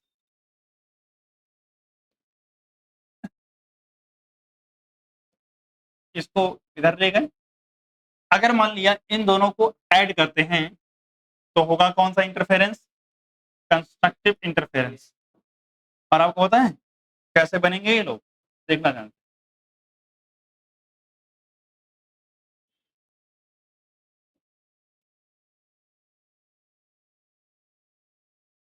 copy paste flip down, ऐसे कितने नोडल प्लेन दिख रहे हैं तुमको, एक प्लस होगा और एक क्या होगा, माइनस। अगर मान लिया ये वाला प्लस था, ये वाला प्लस था, ये वाला माइनस था, ये वाला माइनस, तो क्या हो जाएगा, एक प्लस और एक, इस तरीके से। हाँ, और नोडल प्लेन कितने होंगे, एक। क्लियर बात। अगर आप न्यूक्लियस की बात करोगे कि न्यूक्लियस कहाँ दिखेगा, तो यहाँ कहीं एक न्यूक्लियस इधर दिखेगा, एक न्यूक्लियस कहाँ दिखेगा। तो अगर आप देखोगे इलेक्ट्रॉन इलेक्ट्रॉन क्लाउड अभी भी न्यूक्लियस के बीच में है, ठीक है ना। तो बॉन्डिंग के अंदर इलेक्ट्रॉन क्लाउड कहाँ रहता है, न्यूक्लियस के बीच में रहता है। अगर यही एंटी बॉन्डिंग होती तो ये प्लस के बजाय ऐड होने के बजाय क्या होते, सब्ट्रैक्ट हो रहे होते। तो अगर ये सब्ट्रैक्ट हो रहे होते तो होता कौन सा इंटरफेरेंस, डिस्ट्रक्टिव इंटरफेरेंस। और यहाँ क्या बनता, ये तो नहीं बनता, यानी कुछ और बनेगा। अगर हम बात करें डिस्ट्रक्टिव इंटरफेरेंस क्या हुआ, अच्छा हाँ बीच में माइनस साइन लगाना था, ठीक। तो यहाँ डिस्ट्रक्टिव इंटरफेरेंस होगा। अब सुना ध्यान से, यहाँ क्या बनेगा, कुछ ऐसे एक लोब इधर बनता है, एक काम करता, ये बीच में ऐसे एक नोड रहता है, एक नोड ऐसे इधर से रहेगा,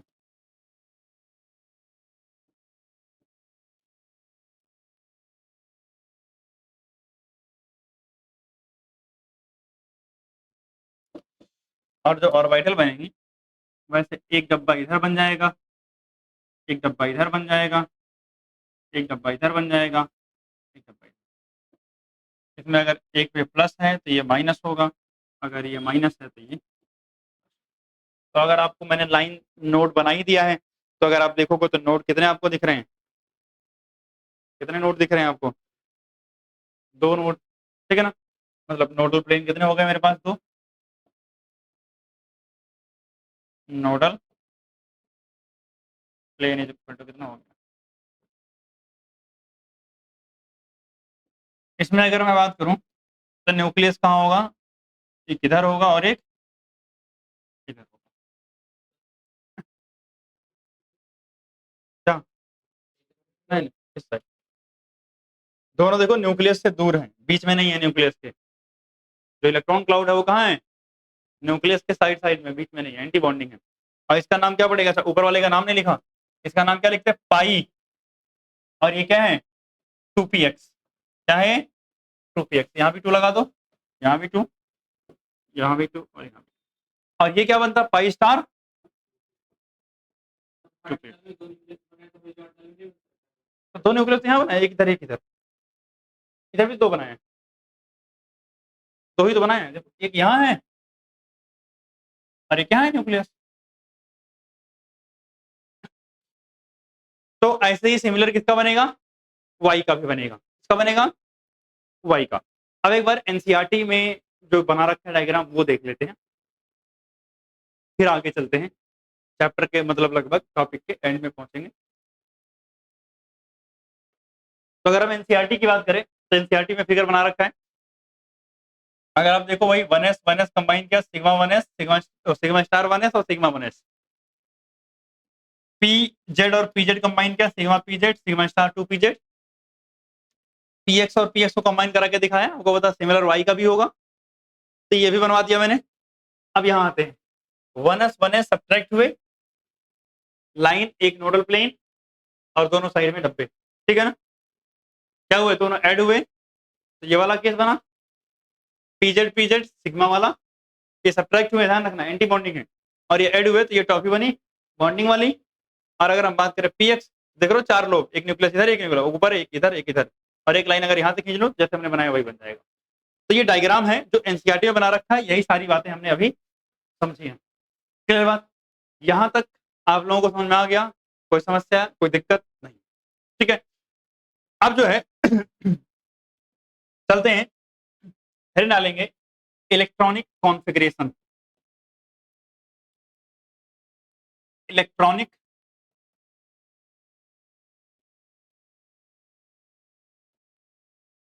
कॉन्फ़िगरेशन ऑफ मॉलिक्यूल्स।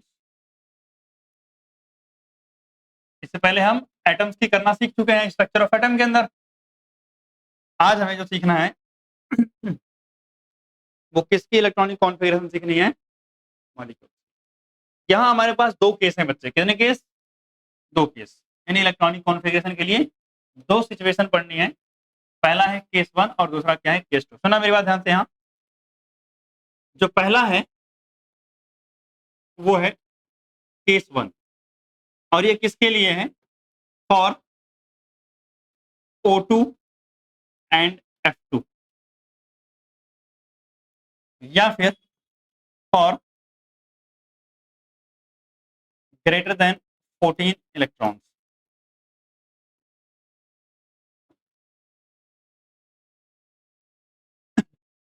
मतलब 14 इलेक्ट्रॉन से ज्यादा हो तब ये वाला रूल लगेगा, या आप ऐसे बोलो O2 F2 के लिए रूल लगेगा। कौन किसके लिए लगेगा, O2 F2 के लिए लगेगा। तो बात सेम ही है, कोई इशू नहीं है। अब सुना मेरी बात ध्यान से। आपको पता है इलेक्ट्रॉनिक कॉन्फ़िगरेशन करने से पहले आपको क्या पता होना चाहिए, करेक्ट ऑर्डर ऑफ एनर्जी। क्या पता होना चाहिए, करेक्ट ऑर्डर ऑफ एनर्जी। क्योंकि जब भी इलेक्ट्रॉन को भरा जाता है किसी डब्बे के अंदर तो कैसे भरा जाता है, according to the energy order. तो एनर्जी ऑर्डर अगर हम बात करें तो वहां अगर आप एटम्स की बात करो तो आपने याद किया था ना, स्कूल स्कूल, पब्लिक स्कूल, फिर उसके बाद पब्लिक स्कूल, फिर दिल्ली पब्लिक स्कूल, ऐसे करके याद कराया था मैंने। और मैंने बताया था S1 से शुरू होता है, फिर ये 2 होगा, ये 3S होगा, ये 4S, और P बताया था कहां से स्टार्ट होता है, 2 से। तो 2P और 3P, मतलब पहले इलेक्ट्रॉन इसमें भरोगे 2-2, फिर आगे भरते जाओगे इस ऑर्डर में। तो ये ऑर्डर आपको पहले सिखाया गया है, तो आप इसके हिसाब से फॉलो करते थे और भरते थे। ऐसे ही यहां पर भी आपको ऑर्डर बताया जा रहा है। ऑर्डर जो बताया जाएगा वो याद करना पड़ेगा, और उसी ऑर्डर में क्या करना पड़ेगा, इलेक्ट्रॉन्स भरने पड़ेंगे। तो पहले मैं ऑर्डर लिख रहा हूं, और ये ऑर्डर किसके लिए है, O2 और F2 अगर दिखें तभी ये लगेगा। तो कैसे है, सिग्मा 1s, समझाऊंगा अभी ये ऑर्डर कैसे आया, sigma star 1s, sigma 2s, sigma star 2s, sigma 2pz pi 2px almost equal to pi 2py। यानी इन दोनों का एनर्जी सेम होता है, इन दोनों का एनर्जी क्या होता है, सेम। क्या हुआ, अरे तो आएगा, काहे चिंता कर रहे हो। मैं कह रहा हूं इन दोनों की एनर्जी क्या होती है, सेम। इसके बाद आता है पाई स्टार 2px, और इसकी एनर्जी लगभग बराबर होती है किसके, पाई स्टार 2py के। एंड देन लास्ट में क्या आएगा, sigma star 2pz, sigma star 2pz। अब इस एनर्जी ऑर्डर का मैं एक्सप्लेनेशन देता हूं कि कैसे है। सबसे पहले ये बताओ कि जैसे जैसे अगर मान लीजिए न्यूक्लियस है, एटम में आपने क्या पढ़ा था, न्यूक्लियस की जितना पास रहोगे एनर्जी उतनी कम, और न्यूक्लियस से जितना दूर जाओगे एनर्जी उतनी ज्यादा। पहले वाले ऑर्बिट को 1 बोलते हैं, दूसरे वाले को क्या बोलते हैं, 2। अगर किसी के आगे 1 लगा हुआ है मतलब वो न्यूक्लियस के पास में है, और किसी के आगे 2 लगा हुआ मतलब न्यूक्लियस से दूर है। न्यूक्लियस से पास मतलब एनर्जी कम, और न्यूक्लियस से दूर मतलब एनर्जी ज्यादा। तो आपको पता है जिसके आगे 1 लगा है उसकी एनर्जी कम होगी और जिसके आगे 2 लगा है उसकी एनर्जी ज्यादा होगी। ये तो क्लियर है। तो आपको पता है 1s और सिग्मा स्टार 1s इसकी एनर्जी कम और इन दोनों की एनर्जी ज्यादा। ये बात तो क्लियर हो गई। तो ये दोनों बाद में आएंगे, दोनों पहले आएंगे। अब रही बात सर, ये दोनों अगर पहले आएंगे तो इसमें कौन पहले लिखा जाएगा? हमने पढ़ा है बॉन्डिंग की एनर्जी कम होती है और एंटी बॉन्डिंग की ज्यादा होती है।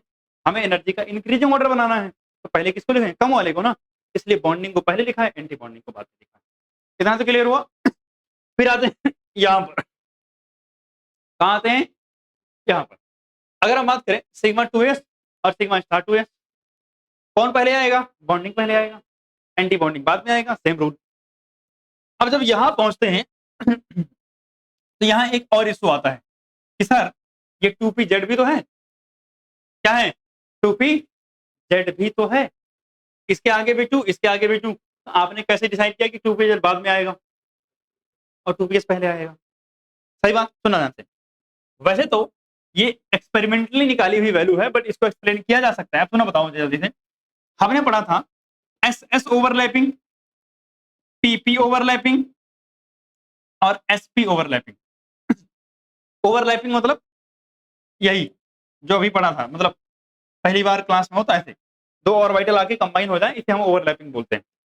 अगर हम बात करें एस एस ओवरलैपिंग की और पीपी, सबसे स्ट्रॉन्ग ओवरलैपिंग कौन होती है?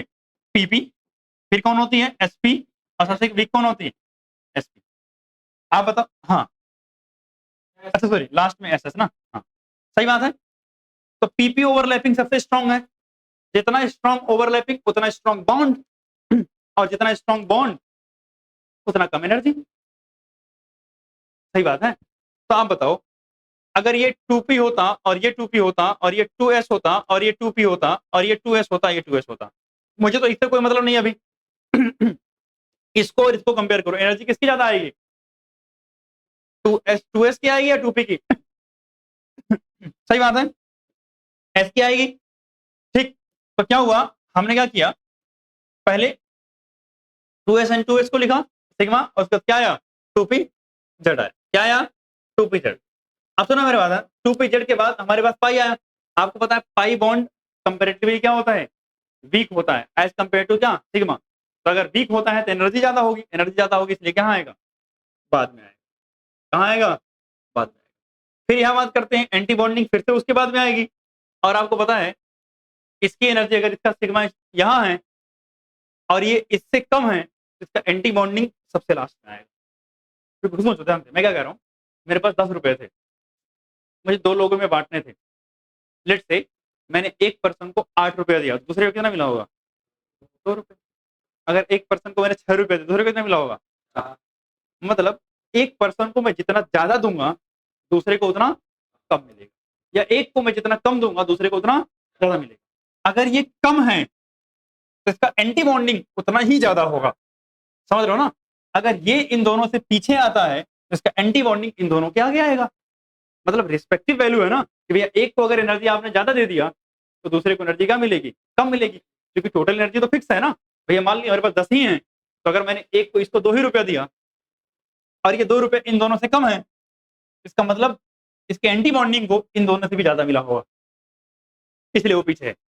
अब रही बात इन सब की, तो अब आपको क्या पता होना चाहिए? याद करने का जुगाड़, ये तो कोई दिक्कत नहीं। अच्छा एक और बात बताऊं, सिग्मा, इसको इसको हम के से लिखेंगे। क्या? के। मतलब मान लिया कहीं ऐसे यहां से लेके यहां तक पूरा भरना है, तो आप इसको शॉर्ट में लिख सकते हो के। क्या लिख सकते हो? के लिख के छोड़ दो कि समझ जाएंगे कि हाँ क्या लिखा हुआ है। और इसको हम क्या लिखते हैं? के डैश। क्या लिखते हैं? के डैश। ठीक। अब मेरी बात सुना ध्यान से, इसको याद रखने का तरीका क्या है? 1 2 2 1 याद रख कि अगर O2F2 आएगा तो इलेक्ट्रॉनिक कॉन्फ़िगरेशन में रूल क्या? 12 से 21। क्या मतलब हुआ? अच्छा बताओ, सिग्मा पी, सिर्फ पी के लिए रूल बता रहा हूँ, एस के लिए तो याद हो जाएगा, बहुत आसान है। पी के लिए रूल बता रहा हूँ क्या है। अच्छा आप मुझे बताओ, पी के 3 डब्बे होते हैं, पी एक्स, पी वाई और पी जेड। सिग्मा बॉन्ड कितने डब्बे बनाते हैं? एक डब्बा सिग्मा बॉन्ड बनाता है, द डब्बा इज पी जेड। और 2 डब्बे क्या बनाते हैं? Pi bond. तो मतलब जब कहीं एक लिखा हो तो एक का मतलब पीजेड की बात हो रही है, और कहीं दो लिखा हो तो मतलब पीएक्स और पीवाई की बात कर रही है, क्योंकि पीएक्स और पीवाई देखो साथ में ही आ रहे हैं। सही बात है। मैंने लिखा एक, एक का मतलब पीजेड आएगा। अब सर कौन सा आएगा, स्टार वाला या सिग्मा वाला? तो सिग्मा वाला आएगा, क्योंकि स्टार की एनर्जी हमेशा ज्यादा होती है। फिर आ रहा है दो, तो मतलब कौन आएगा, पाई आएगा। लेकिन पाई में कौन कौन से दो होते हैं, पाई टू पी वाई होता है और पाई टू पी एक्स, दोनों साथ में आते हैं, दोनों साथ में लिख दिया। फिर लिखा टू, मतलब एक बार टू अगर आपने बॉन्डिंग इस्तेमाल कर लिया तो अब कौन बचे, एंटी बॉन्डिंग वाले, यानी स्टार वाले आ जाएंगे। फिर से वन आ गया, यहां हमने बिना स्टार वाला इस्तेमाल किया था, तो बाद वाला क्या होगा, स्टार वाला होगा। समझ में ना? तो इस तरीके से आप इसको याद रख सकते हो, 1 2 2 1 से। अब मान लेते हैं कि अगर केस 2 है, तो केस 2 में इलेक्ट्रॉनिक कॉन्फ़िगरेशन के लिए ऑर्डर कौन सा फॉलो होगा, इसको देखते हैं।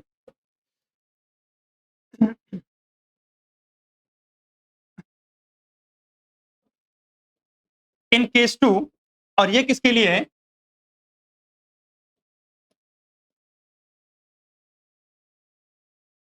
For up to N2। Up to N2 मतलब नाइट्रोजन तक, हाइड्रोजन से लीजिए कहां तक, नाइट्रोजन तक। यहां सब कुछ सेम रहेगा, यहां सब कुछ सेम रहेगा, लेकिन ये रूल देखना बदल रहा है।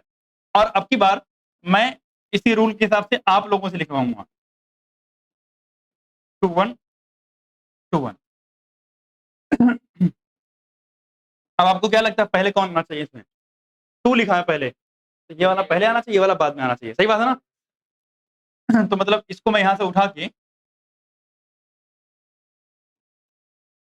इसको इधर कर दूं, और इसको उठा के इधर कर दूं, सही हो गया। हाँ भाई, अरे ये वाला जो 2 1 2 1 जुगाड़ है हमारा, वो क्या कह रहा है, यही तो कह रहा है कि पहले टू लिखना है। तो टू में हमेशा पहले किसको लिखते हैं, बॉन्डिंग को, तो बॉन्डिंग पहले आ गया। फिर वन मतलब नॉर्मल जेड वाला आएगा बॉन्डिंग का। फिर टू मतलब अब एंटी बॉन्डिंग वाला आएगा, और फिर वन मतलब जो है एंटी बॉन्डिंग का जेड वाला आ जाएगा। क्लियर भाई क्या बात? तो मतलब ये जुगाड़ काम करेगा, भूलोगे नहीं, 2 1 2 1। ये हो गया। सेम तरीका भाई के और के डैश बोलते हैं, इलेक्ट्रॉनिक कॉन्फ़िगरेशन के लिए क्या हो गया, एनर्जी का ऑर्डर हो गया। अब सुनना, हर एक डब्बे में केवल 2 इलेक्ट्रॉन भरा जा सकता है। कितने इलेक्ट्रॉन भरे जा सकते हैं, 2 इलेक्ट्रॉन। कितने इलेक्ट्रॉन, 2 इलेक्ट्रॉन। अगर मान लिया भरना है यहाँ, तो यहाँ भी 2 आएंगे, यहाँ भी 2 आएंगे, यहाँ भी, मतलब सब में 2 आएंगे, मैक्सिमम 2, और मिनिमम 1 या फिर 0। मतलब एक भर दिया, अगर 1 है 0। पहले एक काम करो, ये रूल नोट करो, उसके बाद मैं एक क्वेश्चन करवाता हूं जिसमें आपको ये पता चलेगा कि कैसे इलेक्ट्रॉन भरने होते हैं इसमें। ठीक है, फटाफट इसको नोट डाउन करो।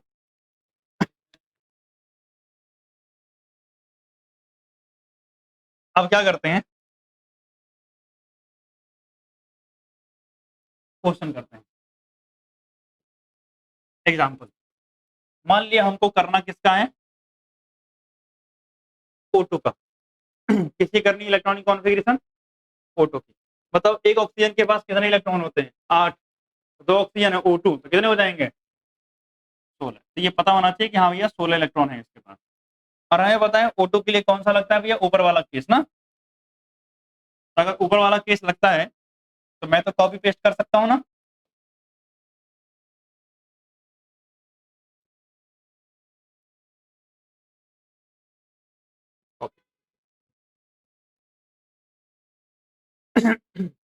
ठीक है, अब बताओ मुझे 16 इलेक्ट्रॉन भरने हैं, मुझे पता है एक में कितने आएंगे, 2। तो मैंने 2 यहां भर दिया, कितने हुए, 2 खत्म।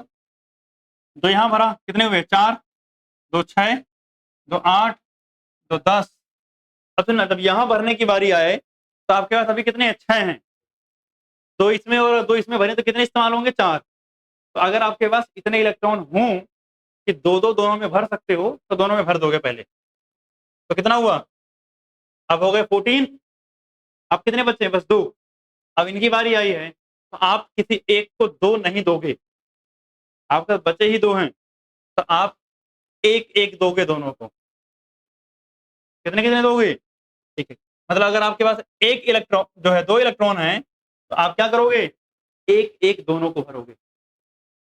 अगर 3 आ जाए तो किसी एक को 1 दे देना और किसी एक को 2 दे देना, चलेगा। लेकिन अगर 2 आए, जब तक पॉसिबल है तब तक डिस्ट्रीब्यूशन इक्वल होना चाहिए। जब तक पॉसिबल है डिस्ट्रीब्यूशन कैसा होना चाहिए, इक्वल। तो आप देखो ध्यान से, इधर की हमें कोई जरूरत है नहीं 2 पीरियड की। बस इतना हो गया। अब यहां से मैं चाहता हूं आपको एक बात आनी चाहिए निकालने, क्यों ही लिखना, अरे जब इलेक्ट्रॉनिक कॉन्फ्रेंस करते थे स्कूल पब्लिक बहुत बड़ी आती थी, हम पूरी थोड़ी लिखते हैं, जितनी जरूरत है हमें उतनी लिखेंगे। अभी तो सिखाया जा रहा है, जब आपकी आदत हो जाएगी तो आपको जहां तक जरूरत होगी वहां तक लिख के छोड़ दोगे, क्योंकि हमारा काम तो यही खत्म हो जा रहा है ना, आगे की जरूरत ही नहीं है। अब सुना मेरी बात ध्यान से, यहाँ एक जो चीज आनी चाहिए आपको वो क्या है, Na और Np निकालना। Na का मतलब है number of anti bonding electron, anti bonding electron, और Nb का मतलब होता है नंबर ऑफ बॉन्डिंग इलेक्ट्रॉन। ठीक, कैसे निकालते हैं सर, जिन डब्बों पर स्टार नहीं लगा हुआ है उनको काउंट करो, यहाँ दो यहाँ 4 और दो यहाँ 6, दो यहाँ 8, दो यहाँ 10, और बाकी सब पे तो स्टार लगा हुआ है, तो मतलब बॉन्डिंग वाले कितने हो गए 10, क्योंकि जिन पे स्टार नहीं लगा वो तो बॉन्डिंग होते हैं। एंटी बॉन्डिंग कितने हो गए, काउंट करते हैं, यहाँ स्टार वाला 2, 2 4 और 2 6, ये भी लाके टोटल कितने हो गए, एंटी बॉन्डिंग वाले 6 हो। ये काउंट करना आपको आना चाहिए, कर लोगे ना इतना काउंट। हाँ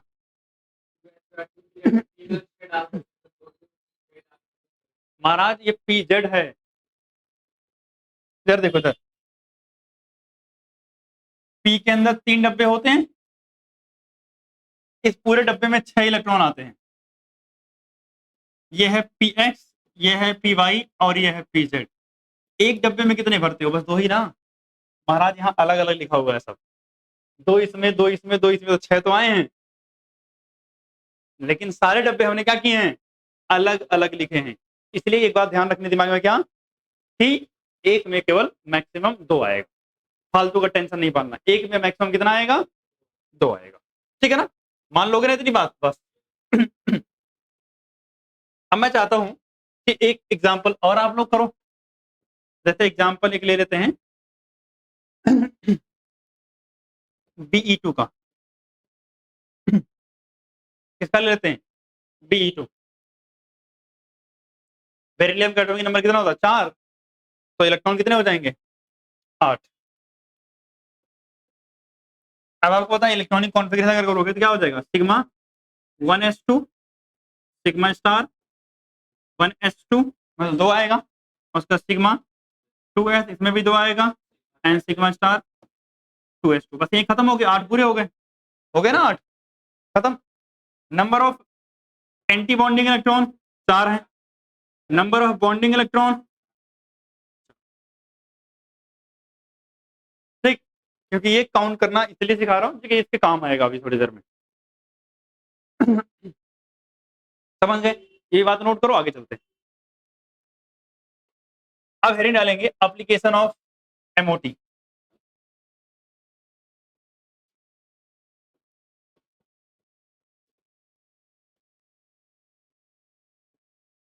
application of MOT, application of MOT molecular orbital theory. अगर मैं एप्लीकेशन ऑफ एमओटी की बात करूं तो जो सबसे पहला एप्लीकेशन आता है बच्चे वो है स्टेबिलिटी। क्या है, स्टेबिलिटी ऑफ मॉलिक्यूल। कोई भी मॉलिक्यूल स्टेबल कितना है और कितना नहीं है उसको कौन बता सकता है, एमओटी से बता सकते हैं। पहला क्या, अगर number of anti bonding electron number of bonding electron से ज्यादा हो। दूसरा केस, अगर नंबर ऑफ जो है बॉन्डिंग इलेक्ट्रॉन एंटी बॉन्डिंग से क्या हो, ज्यादा। तो अगर एंटी बॉन्डिंग बॉन्डिंग से ज्यादा है तो मतलब अनस्टेबल मॉलिक्यूल है। कैसा मॉलिक्यूल है, अनस्टेबल है। और अगर एंटी बॉन्डिंग कम है बॉन्डिंग ज्यादा है तो मॉलिक्यूल कैसा हो जाएगा, स्टेबल। आपके दिमाग में ये भी ख्याल आ रहा होगा कि सर अगर बराबर हो तो, नहीं आ रहा था,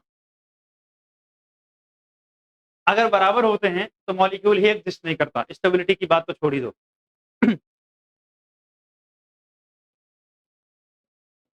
डज नॉट एग्जिस्ट, यानी मॉलिक्यूल एग्जिस्ट ही नहीं करता, तो स्टेबिलिटी की बात तो हम करेंगे ही नहीं। ये हुई पहली बात। हमारा दूसरी बात जो है वो क्या है, बॉन्ड ऑर्डर। क्या है? Bond order.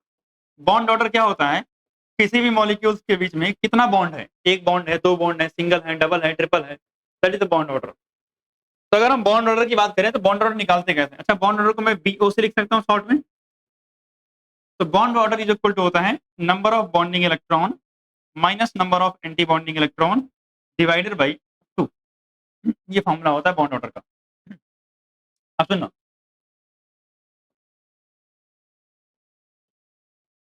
बॉन्ड ऑर्डर ज्यादा, स्टेबिलिटी ज्यादा। बॉन्ड ऑर्डर ज्यादा, स्टेबिलिटी ज्यादा। ठीक है ना? मतलब मान लिया 3-4 मॉलिक्यूल थे, आपने सबका बॉन्ड ऑर्डर निकाला, जिसका ज्यादा आएगा वो ज्यादा स्टेबल, जिसका कम आएगा वो कम स्टेबल। और सुनना, अगर बॉन्ड ऑर्डर 0 आ जाए तो molecule does not exist. Molecule does not exist. ऐसा एक क्वेश्चन आपके बैक एक्सरसाइज में है बेरिलियम का, कि Be2 एग्जिस्ट करता है कि नहीं करता है। आप देखो Be2 एग्जिस्ट नहीं करेगा, क्योंकि चार बॉन्डिंग है और 4 एंटी बॉन्डिंग है। अब सुनो, आते हैं सी पे। नेचर ऑफ बॉन्ड क्या है? Nature of bond. अब ये क्या मतलब है सर? अगर मान लिया किसी का बॉन्ड ऑर्डर कैसा आया। अच्छा, एक बात और छोटी सी बता दूं मैं, कभी घबराना नहीं है। ये बॉन्ड ऑर्डर जो है may be fractional, may be fractional. Fractional मैंने बोल दिया मतलब डेसिमल वगैरह में आ सकता है, पॉइंट में आ सकता है, तो घबराना नहीं है इससे। अगर हम बात करें तो बॉन्ड ऑर्डर जो है, अगर मान लिया 1 है, बॉन्ड ऑर्डर अगर मान लिया कितना है, 2 है, और बॉन्ड ऑर्डर अगर मान लिया कितना है, 3। तो हाँ, अगर बॉन्ड ऑर्डर 1 है तो पता है कौन सा बॉन्ड होगा? Single bond. कौन सा बॉन्ड होगा? सिंगल बॉन्ड होगा। अगर बॉन्ड ऑर्डर 2 होगा तो मतलब डबल बॉन्ड होगा। और अगर बॉन्ड ऑर्डर 3 होगा तो कैसा होगा?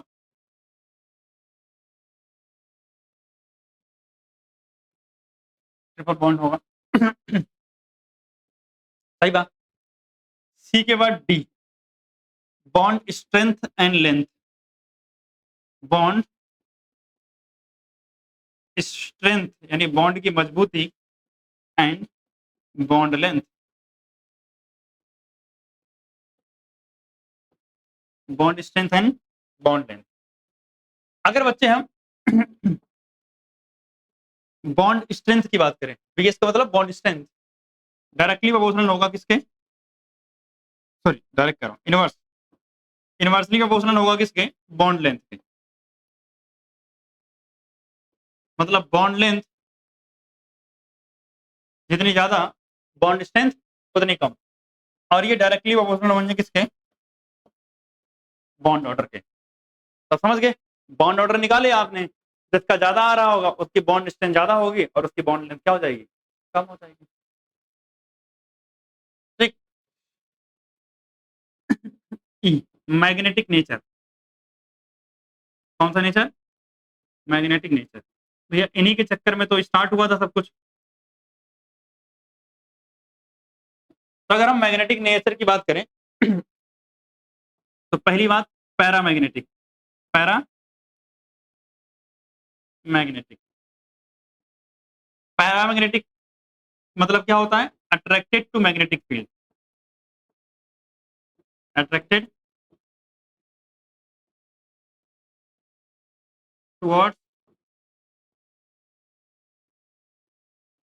मैग्नेटिक फील्ड, यानी मैग्नेटिक फील्ड की तरफ क्या हो जाएंगे? अट्रैक्ट हो जाएंगे। उसे क्या बोलते हैं हम? पैरामैग्नेटिक बोलते हैं। लेकिन सुनना ध्यान से, जो पैरामैग्नेटिक होते हैं पता पता कैसे चलेगा? अनपेयर्ड इलेक्ट्रॉन से। किससे पता चलेगा?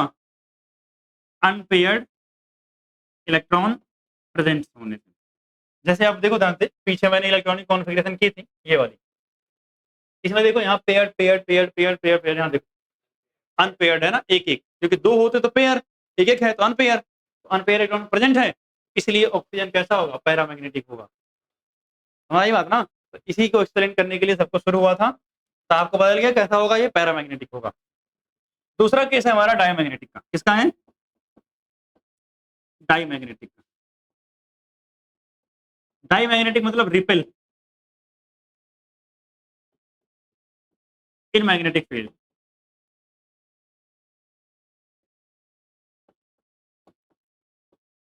मैग्नेटिक फील्ड के अंदर क्या हो जाएगा, ये रिपेल हो जाएगा। और ये कैसे चेक करेंगे कि है कि नहीं है, तो अनपेयर्ड इलेक्ट्रॉन क्या होगा, एब्सेंट होंगे। हाँ, अनपेयर्ड इलेक्ट्रॉन क्या होंगे,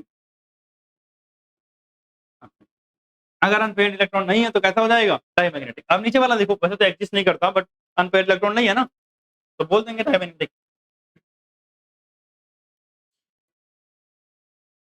तो ये सब बातें हो गई किसकी, एप्लीकेशन ऑफ जो है मॉलिक्यूलर ऑर्बिटल थ्योरी। और यहाँ पे जाके आपका मॉलिक्यूलर ऑर्बिटल थ्योरी खत्म हो जाती है, ठीक है ना। एक छोटी सी बात है, एक दो पॉइंट ऐड करा दे रहा हूँ। कंडीशन फॉर LCAO मतलब linear combination of atomic orbital के लिए तीन कंडीशन एनसीईआरटी ने दे रखी है, वो तीनों कंडीशन एक लिखवा के फिर खत्म करता हूँ, ठीक है ना। नोट कर लिया तो यहाँ तक कर लो।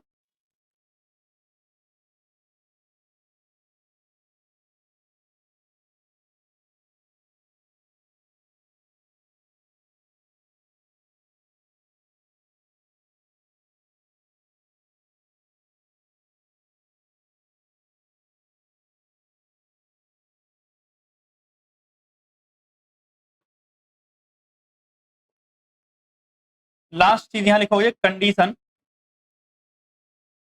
ये भी बैक एक्सरसाइज में पूछा हुआ क्वेश्चन है। कंडीशन फॉर LCAO मतलब linear combination of atomic orbital. तो ऑर्बिटल कंबाइन कब करेंगे, उसके लिए कंडीशन क्या है, पहली कंडीशन है must have nearly same energy, nearly same energy. किसकी बात कर रहे हैं हम, एटॉमिक ऑर्बिटल की, यानी एटॉमिक ऑर्बिटल की एनर्जी क्या होनी चाहिए, सेम होनी चाहिए। वैसे तो यहाँ पता नहीं चल रहा है, आप लोग गड़बड़ ना समझ लो, मैं ऐड कर दे रहा हूँ।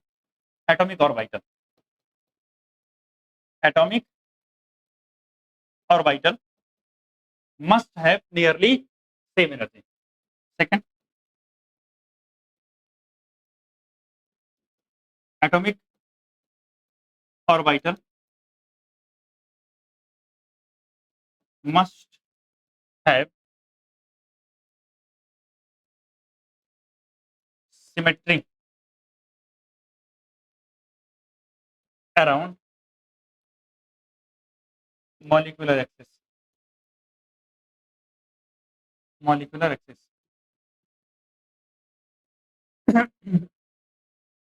और सिमेट्री कैसे होनी चाहिए, सेम सिमेट्री।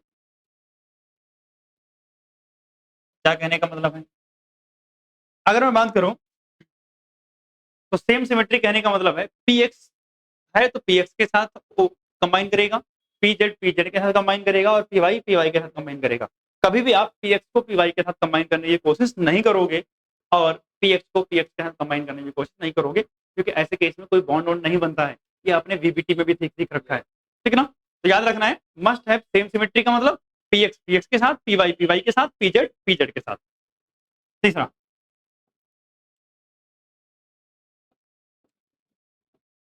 ओवरलैपिंग